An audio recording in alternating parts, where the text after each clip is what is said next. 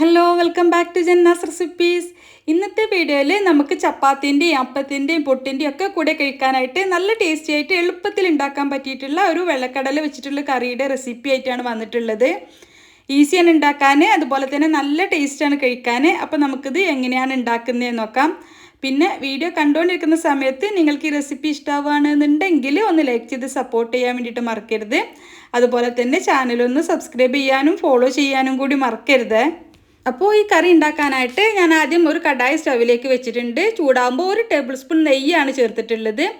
നെയ്യ് ചേർത്തിട്ടാണ് ഈ കടലക്കറി ഉണ്ടാക്കുന്നത്. നെയ്യ് ഇഷ്ടമില്ലാത്തവർക്ക് അതിന് പകരമായിട്ട് ഓയിൽ ചേർത്താലും മതി. നെയ്യിൽ ഉണ്ടാക്കുമ്പോൾ പ്രത്യേക ഒരു ടേസ്റ്റാണ്. ഇതിലേക്ക് ഒരു സവാള ചെറുതായിട്ട് കട്ട് ചെയ്തിട്ട് അത് ചേർത്തിട്ടുണ്ട്. കൂടെ കുറച്ച് കറിവേപ്പില കൂടി ചേർത്തിട്ടുണ്ട്. രണ്ടും കൂടി നന്നായിട്ടൊന്ന് വഴറ്റിയെടുക്കുക. വഴന്ന് വരുന്ന സമയത്ത് ഇതിലേക്ക് 1/2 ടീസ്പൂൺ മഞ്ഞൾപ്പൊടി ചേർക്കുന്നുണ്ട്. 1 ടീസ്പൂൺ മല്ലിപ്പൊടിയും 1 ടീസ്പൂൺ മുളക് പൊടി കൂടി ചേർത്തിട്ടുണ്ട്.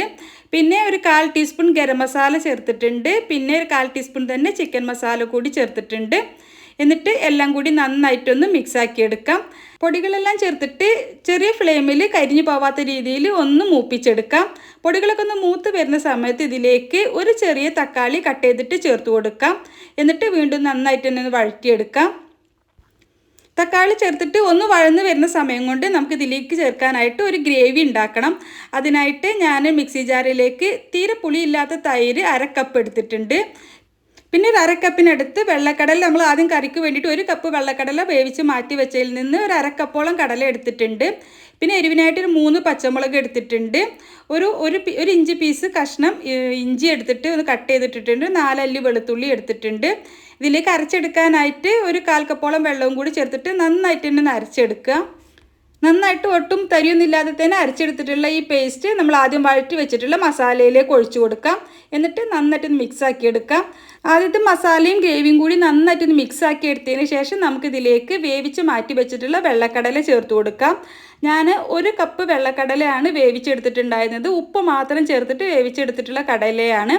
അത് നമുക്ക് ആ ബാക്കിയുള്ള വെള്ളത്തോട് കൂടി തന്നെ ഇതിലേക്ക് ചേർത്ത് കൊടുക്കാം. എന്നിട്ട് വീണ്ടും നന്നായിട്ടൊന്ന് മിക്സാക്കി എടുക്കാം. കടല ചേർത്തിട്ട് എല്ലാം കൂടി നന്നായിട്ടൊന്ന് മിക്സാക്കി എടുത്തതിന് ശേഷം കുറച്ച് സമയം ഒരു 3-4 മിനിറ്റെങ്കിലും നന്നായിട്ട് തിളപ്പിച്ചെടുക്കണം. കടലയിലേക്കൊക്കെ ആ എരിവും മസാലയും ഒക്കെ പിടിക്കാൻ വേണ്ടിയിട്ടാണ്. നന്നായിട്ട് തിളപ്പിച്ചെടുക്കുക. നന്നായിട്ട് തിളച്ച് ഒന്ന് ഗ്രേവിയൊക്കെ ഒന്ന് കുറുകി വരുന്ന സമയത്ത് നമുക്കിതിലേക്ക് ഉപ്പ് പാകത്തിനുണ്ടോ എന്ന് ചെക്ക് ചെയ്ത് നോക്കുക. നമ്മൾ കടലയിൽ ഉപ്പ് ചേർത്തിട്ടുണ്ട്, മസാലയിൽ ഉപ്പൊന്നും ചേർത്തിട്ടില്ല. അപ്പോൾ പാകത്തിന് ഉപ്പ് കുറവായിട്ട് തോന്നുകയാണെന്നുണ്ടെങ്കിൽ ഈ സമയത്ത് ചേർത്ത് കൊടുക്കാം. പിന്നെ ഒരു 2 ടേബിൾ സ്പൂൺ മല്ലിയില കൂടി ചേർത്തിട്ടുണ്ട്. അപ്പോൾ ഞാൻ ഈ സമയത്ത് കുറച്ച് ഉപ്പ് കൂടി ചേർക്കുന്നുണ്ട്. അപ്പോൾ എല്ലാം കൂടി വീണ്ടും നന്നായിട്ടൊന്ന് മിക്സാക്കി എടുത്തതിന് ശേഷം നമുക്ക് ഫ്ലെയിം ഓഫ് ചെയ്യാം. നന്നായിട്ടൊന്ന് മിക്സാക്കി എടുക്കുക. അതിന് ശേഷം ഫ്ലെയിം ഓഫ് ചെയ്യുക. ഇനി ഇതിലേക്ക് നമ്മൾ ലാസ്റ്റ് ചേർക്കുന്നത് ഒരു 1/4 ടീസ്പൂണോളം നെയ്യ് കൂടിയാണ്.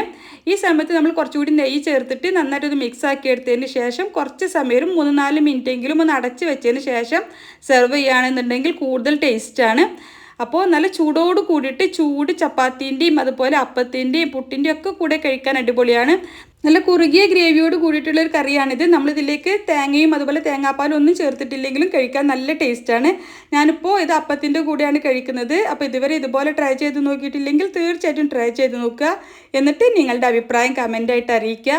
നിങ്ങൾക്ക് ഈ റെസിപ്പി ഇഷ്ടമായെങ്കിൽ ഒന്ന് ലൈക്ക് ചെയ്ത് സപ്പോർട്ട് ചെയ്യാൻ വേണ്ടിയിട്ട് മറക്കരുത്. അതുപോലെ തന്നെ ചാനലൊന്ന് സബ്സ്ക്രൈബ് ചെയ്യാനും ഫോളോ ചെയ്യാനും കൂടി മറക്കരുത്. അപ്പോൾ ഇൻഷാ അല്ലാഹ് മറ്റൊരു അടിപൊളി റെസിപ്പിയുമായിട്ട് നമുക്ക് വീണ്ടും കാണാം. Thank you for watching.